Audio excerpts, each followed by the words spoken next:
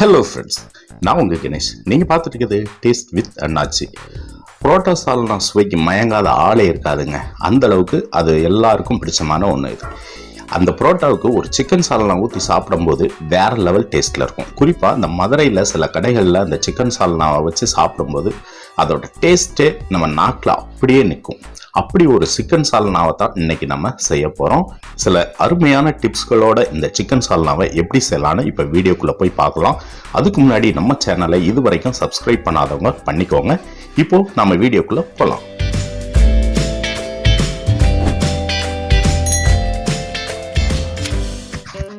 Okay friends, நம்ம இதுக்கு ஒரு அருமையான ஒரு தேங்காய் பேஸ்ட் ரெடி பண்ணிக்கலாம். நான் ஒரு கால் முடி தேங்காய் துருவல் எடுத்திருக்கேன்.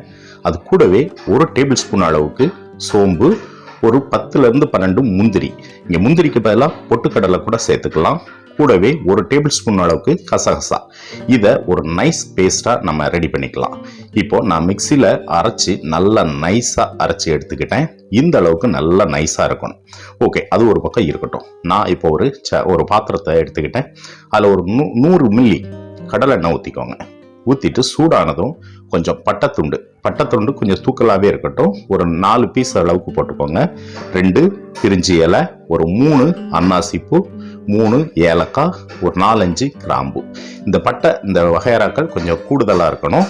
முக்கியமாக இந்த சால்னாவுக்கு இந்த கல்பாசியை கண்டிப்பாக சேர்த்துக்கோங்க. இந்த கல்பாசி போடுறதுனால தான் உங்களுக்கு அந்த சால்னாவோட வாசம் கண்டிப்பாக வரும்.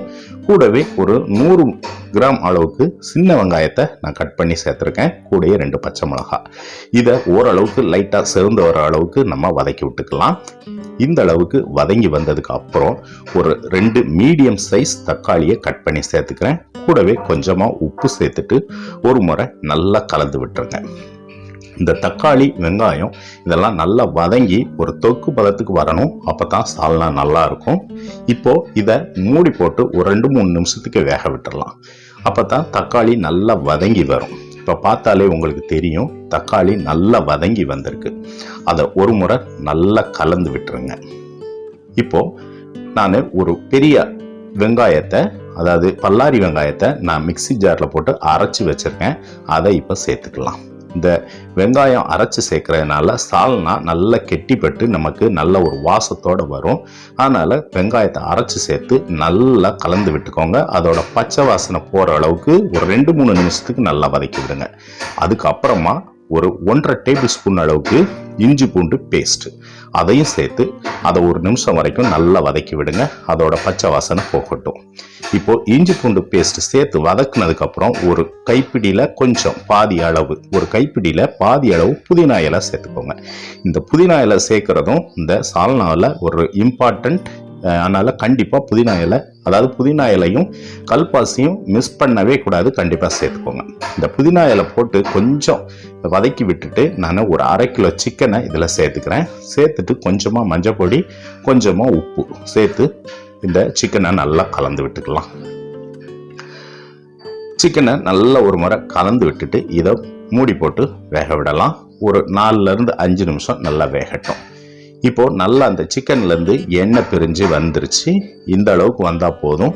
ஒரு முறை கலந்து விட்டுட்டு நாம் இதுக்கு தேவையான மசாலாவை இப்போ நம்ம சேர்த்துடலாம்.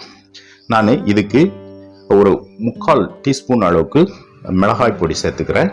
2 டீஸ்பூன் அளவுக்கு காஷ்மீரி சில்லி பொடி, அப்புறம் ஒரு 1.5 ஸ்பூன் அளவுக்கு மல்லிப்பொடி, கூடவே கொஞ்சம் கறி மசாலா அல்லது சிக்கன் பொடி, 2ல் ஏதாவது ஒன்று சேர்த்துக்கிட்டா போதும்.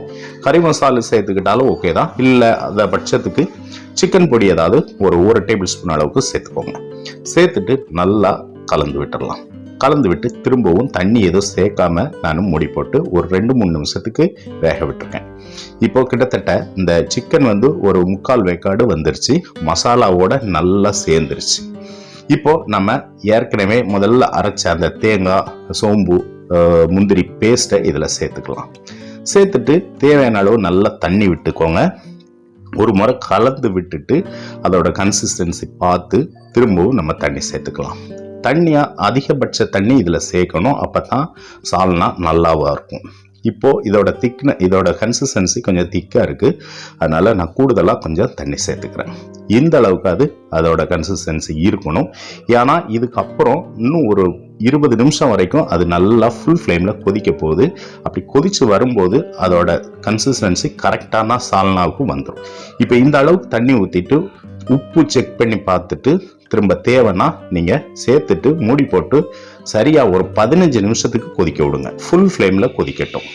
இப்போ பார்த்தாலே தெரியும், கிட்டத்தட்ட நல்லா ஒரு 15 நிமிஷத்துக்கு நல்லா கொதிச்சு வந்திருக்கு.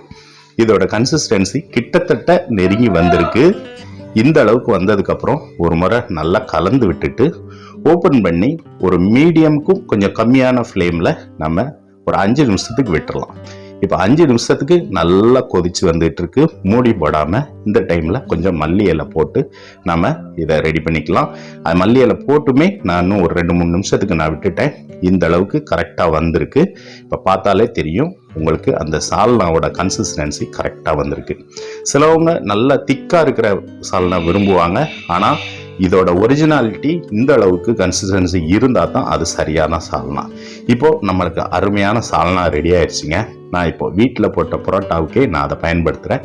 ஏற்கனவே பரோட்டா எப்படி போடணுங்கிற ஒரு வீடியோ நான் போட்டுட்டேன். அதனால் பரோட்டா போடுற வீடியோ நான் இதில் போடலை. அருமையான இந்த சிக்கன் சால்னாவை நீங்களும் ஒரு முறை செஞ்சு பார்த்துட்டு உங்களோட கருத்துக்களை சொல்லுங்கள். உண்மையிலேயே நீங்கள் அசந்து போவீங்க. அந்த அளவுக்கு டேஸ்ட்டாக இருக்குங்க. நீங்கள் இந்த சால்னா செய்யும்போது கண்டிப்பாக கடலெண்ணெய் பயன்படுத்துங்க. அது ஒரு டிப்ஸு. கல்பாசி பயன்படுத்துங்க, புதினா பயன்படுத்துங்க. இந்த 3 சேர்ந்தா தான். அப்புறம் இந்த பட்டை கிராம்பு அதெல்லாம் கொஞ்சம் தூக்கலாக இருக்கலாம். அவ்வளோதான் இதில் உள்ள முக்கியமான டிப்ஸ். கண்டிப்பாக செஞ்சு பார்த்து உங்கள் கருத்துக்களை சொல்லுங்கள். நான் வேறு ஒரு வீடியோவில் சந்திக்கிறேன். ஓகே ஃப்ரெண்ட்ஸ், பாய்.